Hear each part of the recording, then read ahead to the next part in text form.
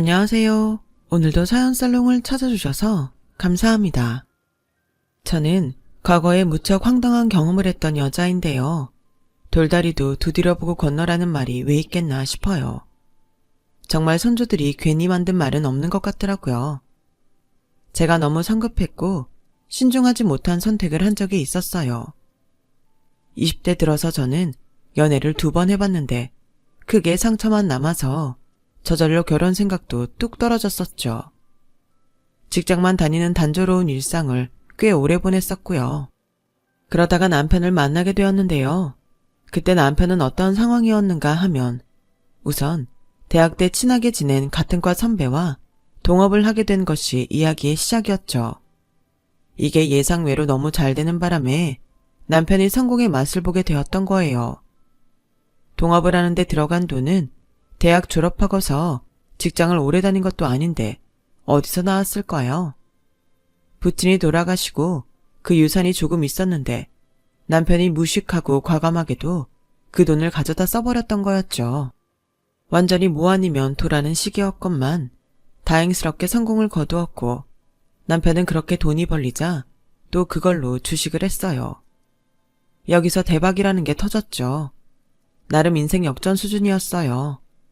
다들 아시겠지만 돈이 돈을 부른다고 아무리 오르는 주식이라도 꼴랑 조금 사면 이득을 봐봤자 해요. 똑같이 10배라도 10,000원 넣으면 100,000원 되지만 1,000,000원 넣으면 1억 되는 거니까요. 그런 지극히도 단순한 원리로 남편이 돈을 벌었는데 동업하던 선배라는 형과 의의가 상해버렸죠. 이유가 뭐였겠나요? 당연히 돈이었죠. 남편이 주식으로 번 돈을 자기하고 나누지 않는다며 화가 난 그 선배 형이 주변 사람들에게 남편 소문 안 좋게 냈고요. 상처받은 남편은 동업하던 걸 때려치웠고 새로운 인간관계들을 만들어갔는데 전부 돈이 목적이었다고 하네요. 자기한테서 뭐 뜯어낼 거 있는지 궁금해하는 종자들밖에는 없었다고. 어디까지가 진실인지는 몰라도 남편이 주장하기로는 그러했어요. 내가 원래 타고난 부자가 아니고 갑자기 돈 생긴 놈이라고 나를 우습게 본 거지. 근데 또 내가 원래 진짜 백이 부자들 사이에서는 못 끼겠더라. 내가 그 급이 안 되는 걸 실감하니까 내 자신이 너무 작게 느껴졌어. 돈 때문에 사고방식까지 잡아먹혔던 남편. 저는 이 남자 돈 꽤 있는 줄 모르고 만났어요. 그런 거에 관심도 없었고요. 남자한테 하도 뒤통수 맞아서 이제는 기대도 없으니 적당히 연애나 하자. 나 상처받기 전에 적당히 거리 두자. 이런 마음으로 남편을 만났어요. 그랬는데 남편이 그 모습을 보고 저에게 빠진 거였죠. 그래서 저에게 적극 청혼을 하는 바람에 결혼까지 하게 되었고 그 과정에서 저는 남편이 제 생각보다 돈이 많다는 사실을 처음 알게 되었던 거예요. 솔직하게 정말 가감없이 말을 해보자면 돈이 많다기에 반가웠고 좋았네요. 그게 큰 가산점이었죠. 결혼을 부르짖을 만큼 불타오르는 사랑은 아니었건만 돈 얘기 들으니까 이 사람 결혼할 만하다는 생각이 들었더랬죠. 저도 철저한 자본주의 사회 속의 인간이었나 봐요. 저는 돈이 별로 없었어요. 집이 잘 살지도 않았고요. 부모님 대신 이모, 이모부의 돌봄을 받으며 살았네요. 왜냐하면 부모님은 제가 초등학교를 졸업할 때 이혼을 하셨기 때문이에요. 아빠가 떠나셨고 저는 엄마와 살았죠. 그 이전부터 부모님은 불화를 오래 겪어 오셨고 별거도 하셨었기에 당시 제가 큰 상처는 안 받았어요. 이제서야 이혼을 하시는구나 싶었을 뿐이죠. 아빠는 일 때문에 해외 가신다 어쩐다 들었는데 이혼하고 2년 후에 유럽으로 가셨고 가시기 전에 짧게 저와 통화한 게 다였어요. 엄마는 제가 중3 맞바지일 때 암에 걸리셨는데 병원에서 살 확률 높으니 걱정하지 말라 했었어요. 그런데 사람 인생이라는 게 미치도록 허망하게 끝날 수 있다는 걸 제가 알아버렸죠. 이듬해 봄, 제가 고등학교에 입학하고 얼마 안 되었을 때 엄마는 교통사고로 돌아가셨거든요. 이모랑 이모부 두 분이 저를 맡아주셔서 그때부터는 거기서 지냈고 성인이 되어서 독립을 했죠. 제 결혼 문제도 두 분과 상의했고요. 두 분은 흔쾌히 저를 축하해 주셨고 도울 수 있는 대로 돕겠다 해주셨어요. 허락의 문제라고 한다면 상대 측에 있었죠. 참고로 시댁에서 시아버지는 심근경색으로 돌아가신 뒤였고 시동생은 군대를 늦게 가서 이때 군 복무 중이었어요. 그러니 문제인물은 바로 제 시어머니이셨던 거죠. 제가 부모님 안 계신다고 하니까 손으로 뒷목 잡는 신용을 바로 하셨네요. 모치는 사망했으니 그렇다 치고 부치는 지금 무슨 일 하시냐고 물어보시길래 제가 머뭇거리다가 연락을 안 하고 산 지 오래됐다고 솔직하게 말씀을 드렸어요.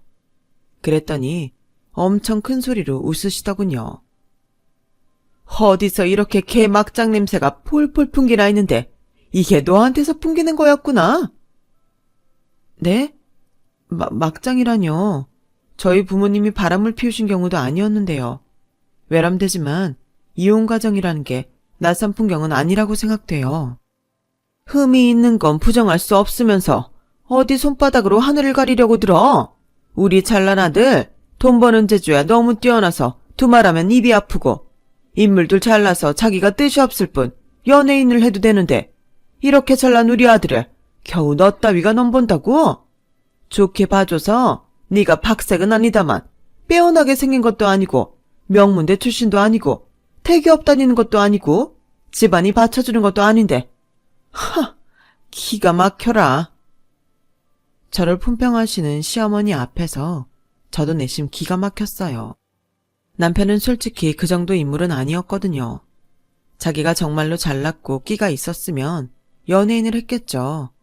예상을 못한 건 아니었으나 상상외로 아들 사랑 아들 자랑이 대단하신 분이라서 놀랐네요.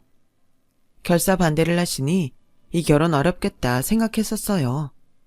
그런데 남편이 부득불 저랑 결혼하겠다고 땡깡을 부리는 바람에 시어머니께서 자식 이기는 부모 없음을 보여주시고 만 거였죠. 아무리 제가 탐탁지 않으셔도 결혼한다는 당사자가 저 좋다고 그러니 별 수 없으셨던 거예요. 아, 땡깡이라 표현한 것은 정말로 그러했기 때문이에요. 다 큰 어른인 남편이 우는 소리를 냈었죠. 아, 엄마, 나 이 결혼 하고 싶어. 엄마가 자꾸 반대한다 그러면 나 머리 아프단 말이야. 나 두통으로 쓰러지면 엄마가 책임질 거야. 우리 아들이 왜 이럴까? 아, 나 원참. 반대 더 이상 안 할 테니까 그만해라. 그러다가 정말 머리 아파지면 어떡하려고 그래 우리 아들. 남편의 철부지 같은 모습과 그걸 또 받아주시고 있는 시어머니의 모습을 보면서 제가 아연실색하였어요. 와, 도대체 이걸 어떻게 받아들여야 하나 싶어서 식은땀이 나왔죠. 결혼 준비를 하면서 내가 너무 성급한가? 어쩌다 급하게 결혼까지 갔나? 싶어서 계속 혼란스러웠고요. 이 결혼에 대한 확신이 흔들리고 있는데 제가 임신한 사실을 알게 되었어요. 이런 가정은 해본 적도 없었기 때문에 기절초풍할 노릇이었는데 그때 황당했던 게 남편은 저보다 더 놀라더군요. 이럴 수가. 이건 말도 안 돼. 저기 미안한데 너 아니지? 내가 의심하는 그런 건 아닌 거지? 이상하다. 정말 임신일 리가 없는데? 남편의 말에 어이가 없었죠. 그렇다면 저에게 다른 남자라도 있다는 건가요? 제가 너무 화가 나서 미쳤냐고 할 말 있고 못할 말 있다고 따지니까 남편이 고개를 푹 숙였죠. 자기 돈 노리고서 제가 다른 놈 애를 가졌음에도 빌붙으려고 한 줄 알았다고 했어요. 기가 막혔죠. 병원에서 고작 6주라고 하는데 저런 의심을 왜 한 건지 알 수도 없었고요. 자기 돈을 대체 얼마나 대단한 걸로 아는가 싶어서 속이 답답했어요. 말씀드리자면 남편이 진짜 수십억 자산가 이런 거 아니었고요. 그보다는 스케일이 무척 약소했답니다. 어쨌든 제가 임신했다 하니까 결혼 직전에 시어머니께서 저에게 이런 말씀을 주셨어요. 배가 안 나와서 다행이구나. 하마터면 웨딩드레스 모양새가 우스워질 뻔했잖니. 그런데 너 이제 나한테만 기뜸해다오. 아들이니 딸이니? 아직 몰라요. 임신 초기인데 어떻게 알겠어요? 뭐야? 지금은 알 수 있는 거 아니니? 하루가 다르게 커가는데 뱃속 아기인데 어떻게 아직 몰라? 네가 나를 우습게 알고 속이려는 작정인 거지? 그러지 말고 여자끼리 공유하자. 넌 엄마가 없어서 모르겠지만 이런 건 원래 엄마랑 딸이 다 비밀 나누고 그러는 거다. 네? 그치만 어머님은 딸이 없으시잖아요. 제가 울컥해서 그렇게 맞받아 쳤더니 바로 딱밤 날라왔어요. 제 이마를 때리신 거예요. 와, 진짜 너무 아파서 눈물까지 고였는데 저를 보시며 건방지게 지적질이나 한다고 시어머니께서는 잔소리를 길게 늘어놓으셨어요. 괜히 억울한 기분이 들었죠.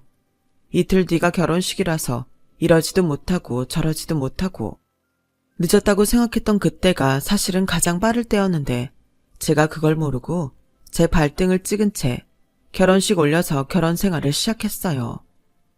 남들도 다 사랑으로 행복으로 완벽한 결혼을 하는 건 아닌 거라고 애써 스스로를 위안했는데 바로 며칠이 지나자 시어머니께서 저에게 그걸 강요하셨어요. 풍문으로만 들어봤던 안부 묻기였답니다. 제가 직장인이었기에 전화를 그렇게 드릴 수 없다고 하자 저에게 그럼 문자를 때마다 보내라고 하셨어요. 안부 문자를 요구하시길래 이걸 못 들어드릴 건 아닌 것 같아서 해드렸어요. 그랬더니 제 부족함을 지적하셨죠. 내용만 딸랑 띡 보내놓으면 다니? 꽃사진 이런 거 없니? 멋들어진 풍경사진, 해돋이 사진 정도는 같이 보내는 센스가 있어야지. 이런 것도 내가 가르쳐줘야 한다니? 역시 부모가 없는 애는 다르구나. 자기 부모의 일상을 못 봤으니 중년의 감성을 알 리가 없지. 저는 왜 그렇게 그 말씀이 서럽게 느껴졌을까요?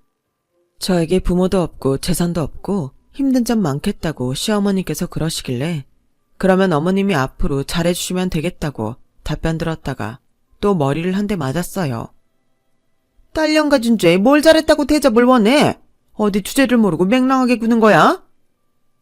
제가 임신한 아이가 공주님이었거든요. 저는 병원에서 딸이라고 힌트를 주는 것에 무척 기뻤는데 시어머니께서는 아니었어요. 무조건 첫 아이는 아들 가져야 하는 건데 제가 그걸 안 지켰다고 하셨죠. 세상에 그런 법이 어디에 있나 싶었네요. 그런데 시어머니께서는 첫째를 아들 낳고 당시에 기세등등해서 온 집안 사람들로부터 대접과 대우를 받으셨다고 했어요. 둘째를 또 아들 낳았을 때는 기고만장했다고도 하셨어요. 그런데 너는 무척이나 초라하구나. 마치 네 인생처럼. 이분하고는 정상적인 대화라는 게 성립이 안 될 것 같았어요. 그냥 적당히 상대해드리고 적당히 무시를 하면 되겠다 싶어졌죠. 인터넷에 검색해서 어른들 안부 문자 보내는 거 쫙 찾아봤었네요. 양식이라는 게 있어서 그거 복사해다 보내드렸고요. 제 나름 수단을 마련한 것이었지만 얼마 후 새로운 난관에 봉착했어요. 쉽지 않은 시어머니를 만나신 모든 며느리분들이 겪어보셨음직한 일들이었는데요. 그건 바로 밥 문제였어요. 너 오늘 아침에 뭐 차렸니? 우리 아들이 아침밥 뭐 먹고 일 나갔니? 아침 메뉴 뭐였냐? 저녁 메뉴 뭐 차릴 거냐? 저를 들들 볶으셔서 솔직하게 말씀드리면 난리치셨어요. 네가 감히 그딴 성의 없는 부실한 밥상을 차려? 어디 유치원 아이 밥 먹이니? 그래서 다른 메뉴로 둘러댔더니 금세 저에게 사진 보내서 인증하라고 하시는 통에 소용없었고요. 황당했던 점이 남편은 주전부리를 좋아하는 입맛이라 밥 욕심이 별로 없는 사람이었어요. 결혼하기 전에 집에서 아침밥 매번 챙겨 먹었냐고 하니까 딱히 그런 적이 없었다고 하더군요. 그런데 남편이 그때 덧붙인 말이 아침밥 원래 안 챙겨 먹었지만 제가 차려주면 그 자체로 뿌듯해서 한 숟갈이라도 뜨는 게 좋다고 그랬어요. 참 이상한 일이죠. 왜 결혼하고 나면 아침밥을 갑자기 챙겨 먹어야 하는 걸까요? 제가 고심을 하다가 시어머니께 고지고대로 말씀을 드렸었죠. 남편이 원래도 잘 안 챙겨 먹었다는데 갑자기 챙겨 먹는 것도 이상하다고 말이에요. 그랬더니 거품 물고 난리치시더니만 결국 저 퇴근하는 때에 맞춰서 등장하셨어요. 바로 제 머리끄댕이 잡으셨고요. 제가 그날 머리카락을 하나로 묶고 있었는데 그거 잡으시고는 제 머리를 빙빙 돌리셨어요. 저는 마치 상모 돌리게 하는 사람처럼 돼서 비명을 질렀고요. 어머님, 진정하세요. 왜 이러시는 거예요? 저 임신한 몸이라고요. 얘가 칠알은 고작 딸년 가진 걸로 유세를 왜 부려? 이웃 사람들이 나타나자 그제야 저를 놓아주신 시어머니를 보며 저는 등줄기에 소름이 끼쳤어요. 앞으로 이런 분의 며느리로 어떻게 계속 살아가나 싶어서 심경이 복잡했죠. 남편은 우리 엄마 원래 그래. 나쁜 사람은 아니야. 이딴 말만 반복해서 해댔고요. 하루하루가 너무 갑갑했는데 저에게 큰일이 닥쳤어요. 육아휴직 시기를 고려하고 있던 때에 제가 유산을 하고 만 거예요. 전혀 몰랐는데 병원에 갔다가 알았어요. 병원 가기 이틀 전에 자다가 민들레 가득한 꽃밭에서 제가 길을 잃고 헤매는 꿈을 꿔서 느낌이 이상하다 싶었는데 징조가 있었나 봐요. 뱃속에 자그마한 생명의 심장이 멈추었다고 하더군요. 충격에 빠진 제가 울고불고 난리치고 상실감에 쩔어 있는데 남편은 저보다 덜 슬퍼하는 게 보였어요. 어찌 보자면 전혀 안 슬퍼하는 것도 같았고요. 저에게 너무 유난 떨지 말고 빨리 털어내라고 하더군요. 그런 남편을 보며 외로움과 배신감을 느꼈습니다. 시어머니께서는 역시나 그 태도 그대로이신 분이었어요. 뱃속에 애 들어있는 건 생각도 안 하고 무리해가면서 일을 하더니 결국 애꿎은 생명 하나를 떠나보냈구나. 다 네 잘못이지. 처신을 어쩜 그리도 못해? 저를 보며 혀를 끌끌 차셨죠. 귀한 생명을 허망하게 잃고 우울해하던 저에게 그게 하실 소리였는지 기가 막혔네요. 이 사람들에게는 온정이라는 것 자체가 없나 싶었어요. 일상은 살아야 하겠기에 출근을 이어갔다가 컨디션이 너무 나빠져서 하루는 오후 반차를 내고 일찍 집으로 돌아왔어요. 일을 오전이나 오후나 한 타임만 짧게 하는 남편이 집에 있더군요. 참고로 남편은 자기 재산 있다는 것을 이유로 정식 직장을 잡지 않은 상태였어요. 소일거리나 틈틈이 하고 있었죠. 결혼 직후부터 계속 그러했어요. 저는 정식 출퇴근을 하는 사람이었지만 청소며 요리며 각종 집안일을 도맡았던 거였고요. 임신한 상태여도 말이죠. 왔어? 몸 안 좋다더니 정말 얼굴색이 나빠 보이네. 들어가서 얼른 자. 나는 거실에서 TV 보고 놀다가 알아서 먹을 거 챙겨 먹을 테니까. 소파에 들어놓은 채 손만 들어서 남편이 저에게 인사하는 것에 맥이 빠져서 더 상대하고 싶지도 않았어요.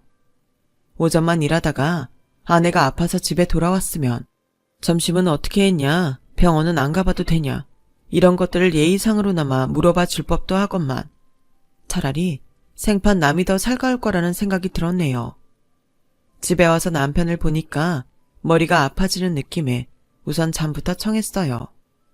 그런데 옅게 잠이 들어서 그랬는지 밖에서 들리는 작은 소란에도 눈이 떠졌죠. 제가 소리 안 나게 방문을 열어서 거실 쪽에 대화를 엿들었어요. 시어머니께서 와 계셨더라고요. 자기들끼리 순대, 떡볶이, 김밥, 튀김 이런 것들을 사다가 거실에 늘어놓고 맛있게 먹는 중이었죠. 반차 내고 와 있다길래 깜짝 놀랐는데 자빠져 자는 중이라 다행이구나. 이런 걸 매번 우리끼리만 먹었는데 절대 여기에 끼워줄 수는 없지. 우리 아들 많이 먹어. 가만 보니까 여태까지 저 없는 평일 시간대에 둘이서 매번 맛있는 거 먹으면서 제 몫을 남겨주지 않은 모양이었어요. 어쩐지 분리수거를 할 때라든지 그럴 때 보면 음식점 포장 용기 같은 게 보여서 남편이 별걸 다 알고 사다 먹는다 싶을 때가 있었는데 그게 두 사람이 실컷 먹부림을 부린 흔적이었던 거예요. 철저하게 소외감이 들어서 울컥하던 것도 잠시 저는 들려온 남편의 목소리에 하마터면 숨이 멎는 줄로만 알았어요. 근데 솔직히 내 아이 아니었을 수도 있어. 그래서 본인이 찔리니까 작정하고 뱃속 아이가 떠나가든 말든 신경 안 쓰고 지낸 걸지도 모르지. 아이 태어나서 유전자 검사하면 들킬까봐. 자기 추론을 거들먹거리면서 늘어놓는데 이미 저는 의심을 받다 못해서 부정을 저지른 여자로 낙인이 찍혀있는 수준 같았어요. 맹세코 저에게는 남편 외에 누군가가 없었건만 잘도 그런 생각을 계속하고 있었다니 치가 떨렸네요. 그런데 시어머니의 반응이 더 가관이었죠. 옳거니 역시나 그랬구나. 관상부터가 지조 없고 의리 없게 생기지 않았니? 부모 없이 각박한 환경에서 살다 보니 그렇게 된 건지는 몰라도 하여간 질이 좀 떨어져. 하여간에 우리 아들 절대 돈 뜯기면서 살면 안 되니까 정신 바짝 차려. 알았지? 당연하죠, 엄마. 걔한테는 여자가 결혼해서 임신한 걸로 사회 경력 끊기는 건 너무 안타까운 일이니까 계속 일 다니라며 말하고 있어. 그러면 걔는 계속 돈을 벌고 나는 배려심 넘치는 남편 역할하고 그러면서 걔가 나한테 빨대 꽂고 살지 못하게 방지도 하고 아주 좋아. 문제 없어. 직장을 계속 다니든 말든 그건 저의 선택이었어요. 남편의 가증스러운 책략에 제가 놀아나주고 싶은 생각은 조금도 없었고요. 이 못된 괴물들 같은 두 사람을 향해 저의 분노가 폭발했고 인내심이라는 게 끊겼어요. 반쯤만 열려있던 방문을 확 밀치며 거실로 나갔습니다. 개걸스럽게 음식을 입에 넣고 있던 두 사람이 일시정지 상태가 되어 멍하게 저를 올려다보더군요. 정말 추잡스럽네요. 내면이고 외면이고 전부 다요. 계속 한 가족이라는 굴레 안에서 인연을 이어가기에는 제가 너무 아깝다는 생각이 들어요. 제가 싸늘하게 말하자 남편이 사례가 들었는지 콜록콜록거렸고 시어머니께서는 소파에서 벌떡 일어나시며 저를 향해 삿대질을 날리셨어요. 근본도 없는 거지 같은 년이? 네가 뭐라도 된 줄 알고 착각하고서 기어오르지 마라. 넌 아무것도 아니야. 부모도 없는 주제에 어딜? 어머님, 나이는 어디로 잡수셨어요? 벼는 익을수록 고개를 숙인다는데 어머님은 익지 않은 분량이라서 고개가 빳빳하고 지혜가 부족하신가 봅니다. 며느리에게 막말 던지시고 나면 속이 좀 풀리기라도 하세요? 저는 어머님께 받은 스트레스 때문에 유산까지 했는데 저도 이제는 참아드리기가 힘드네요. 저만 참는 건 너무 불공평하잖아요. 희해봐라. 네가 안 참으면 어쩔 건데. 인생이란 원래 불공평한 거야. 우리 아들이 한 방에 돈을 끌어모았지만 너는 이날 이때껏 축월합시고 직장 다녀봤자 통장 수준이 안쓰럽잖니. 그런 법이지. 알아들었으면 조용히 방으로 다시 들어가서 잠이나 처자거라. 모자지게는 오붓한 시간 방해하지 말고. 지금 파악이 안 되시나 본데 저 더 이상 며느리 노릇 안 하겠다고 말씀드리는 거예요. 더불어서 저놈의 아내도 안 할 거고요. 제가 잠깐 정신이 돌아서 결혼을 하긴 했습니다만 지금 이 상황을 겪어도 이혼 안 할 만큼 정신 상태가 나쁘지는 않아요. 제가 분노인지 긴장인지 모를 것으로 속이 울렁거리고 있었고 몸도 살짝 떨렸지만 용케 목소리만은 흔들리지 않고 분명하게 낼 수 있어서 다행이었어요. 입가에 떡볶이 양념을 묻힌 채로 남편이 깜짝 놀라서 천천히 일어났어요. 믿을 수 없다는 표정이길래 제가 확실히 말해줬죠. 당장 이혼해, 이 쓰레기 같은 자식아. 그러자 시어머니께서 이 건방진 모습은 뭐냐며 노발대발하셨고 그러면서 작은 밥상 잘못 걷어차셔서 음식 다 엎어지고 남편이 순대 밟고 미끄러지고 정신없는 그 광경을 저는 무표정하게 바라봐줬네요. 제 싸늘한 반응에 시어머니께서는 이내 민망함이라도 느끼셨는지 헛기침을 하시며 둘이 잘 해결하라는 말씀과 함께 퇴장하셨고요. 남편이 저에게 미안하다고 경솔했다고 사과를 했지만 저는 더 이상 넘어가 줄 생각이 없었어요. 지난 몇 달간의 결혼 생활을 돌아봐도 남편에게는 오로지 실망만을 해온 저였죠. 무조건 이혼할 생각밖에 없다고 했더니 남편이 알겠다고 대답해줬어요. 그런데 하루가 지나자 생각이 바뀌었다고 하더군요. 진짜 미친놈인 줄 알았네요. 아무래도 안 되겠어. 이혼하고 나서 다시 결혼할 생각하니까 너무 번거로워서 숨이 막혀. 그냥 우리 이혼하지 말자. 뭐? 번거로워? 결혼을 다시 안 할 생각은 없나 봐.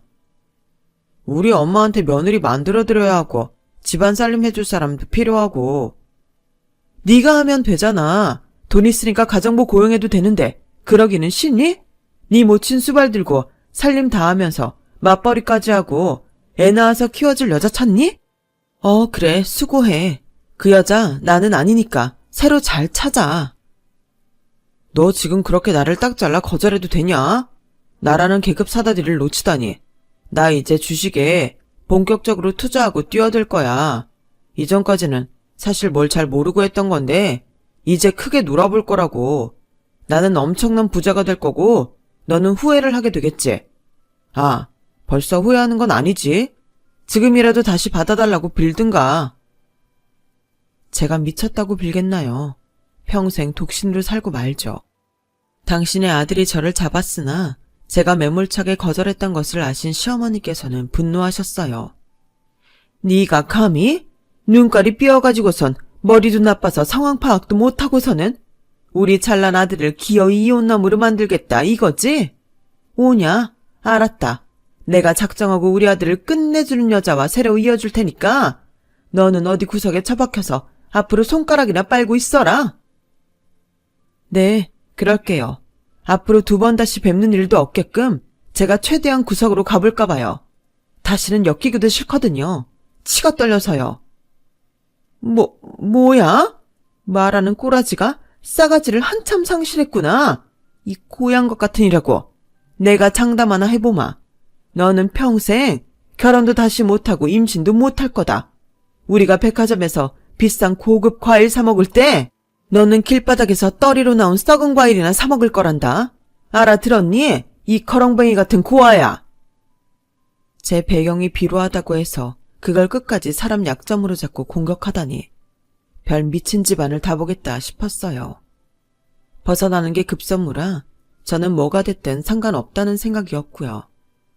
후다닥 했던 결혼은 더러운 꼴 보이며 막을 내렸네요. 저는 제 자신이 했던 선택, 결정을 후회하며 풀이 죽어 있다가 이모 이모부와 함께 지내며 안정을 되찾았어요. 직장은 그만두었고 새로운 일자리를 찾기로 했죠. 그리고 아빠에게 연락이 왔어요. 이모가 연락하셨다고 하더군요. 저는 이모가 아빠의 연락처를 갖고 있는 줄도 몰랐기에 놀랐는데 이모가 역시 아빠가 연락을 받아주실 줄 몰랐다며 당황하고 계셨어요.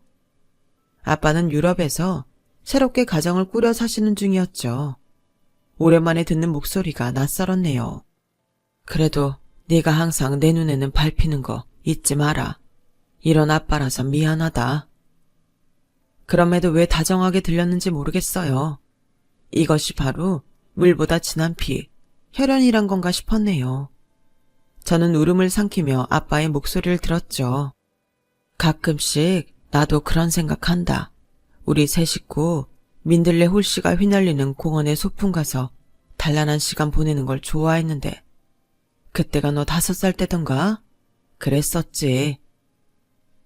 아, 그러고 보니 엄마가 민들레꽃을 참 좋아하셨다는 게 생각났어요. 민들레 씨가 홀홀 날아가는 모습이 좋다고 하셨던 엄마.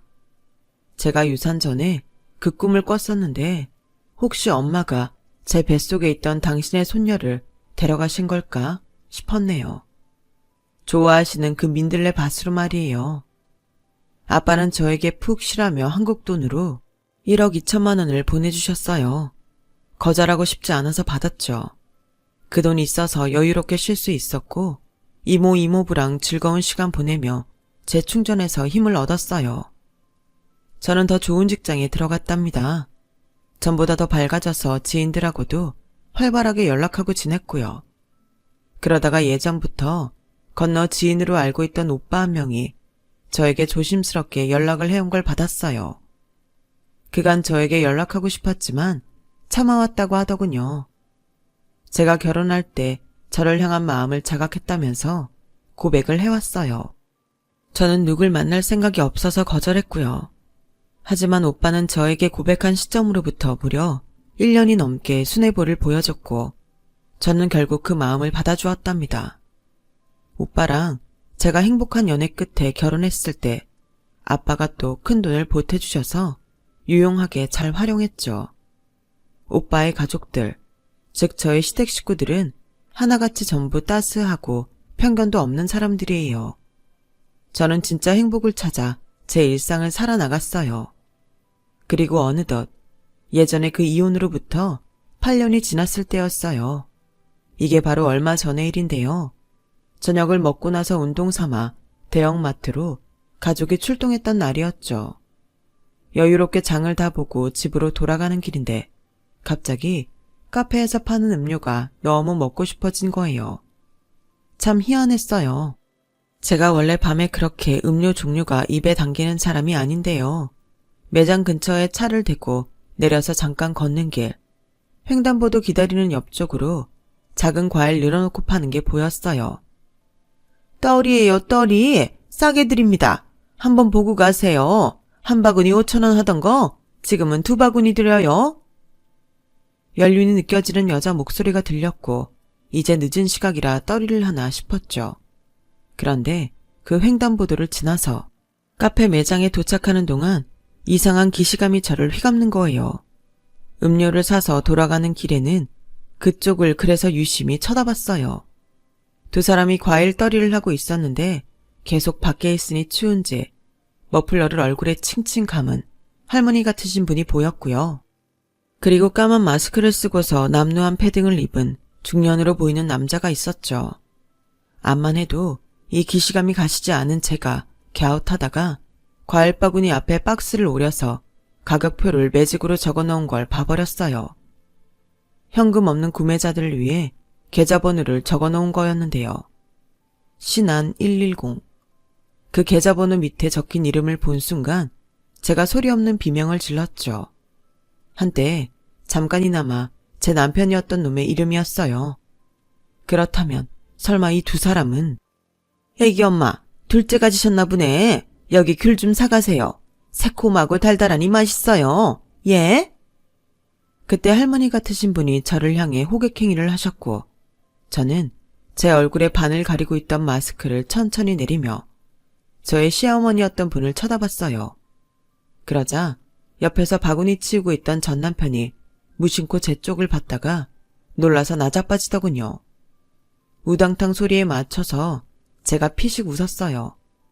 아, 결국은 주식으로 패가망신했구나. 다 말아먹고 여기까지 왔구나. 그 사실은 단번에 알 수 있었네요. 시어머니셨던 그분이 떨리는 눈동자로 저의 불러온 배를 보고 있었어요. 전 남편도 마찬가지로 제 배를 멍하게 쳐다보다가 이내 제 옆에 선 오빠와 그의 품에 안긴 아들까지 오붓하고 여유로운 가족의 모습을 멍하니 보더군요. 완전히 넋이 나가버린 그 두 사람을 향해 제가 또렷한 음성으로 말해주었죠. 아, 죄송해요. 정말 팔아드리고는 싶은데 제가 백화점에서 산 과일 아니면 안 먹어서요. 그럼 수고하세요. 씩 웃어주고서는 제가 마스크를 다시 쓰며 걸음을 옮겼어요. 얼마 안 지나서 우당탕 소리가 나길래 돌아봤더니 이제는 할머니로밖에 안 보이는 그분이 다리에 힘이 풀려 넘어지신 거였더라고요. 그분이 통곡을 하시자 그 아들놈은 옆에서 손으로 머리를 감싼 채 바닥만 내려다보고 있었어요. 망연자실한 모습이었죠. 제 옆에서 걷는 오빠가 혹시 아는 사람이라도 됐냐고 물어보길래 집에 가서 얘기해준다고 대답하는 제 기분이 후련하고도 짜릿했죠. 인생사 세옹지마. 그것을 제대로 목도한 것 같았답니다. 저는 지금 행복하고 평안한 일상을 잘 보내고 있어요. 여러분도 부디 건강하고 평탄하세요.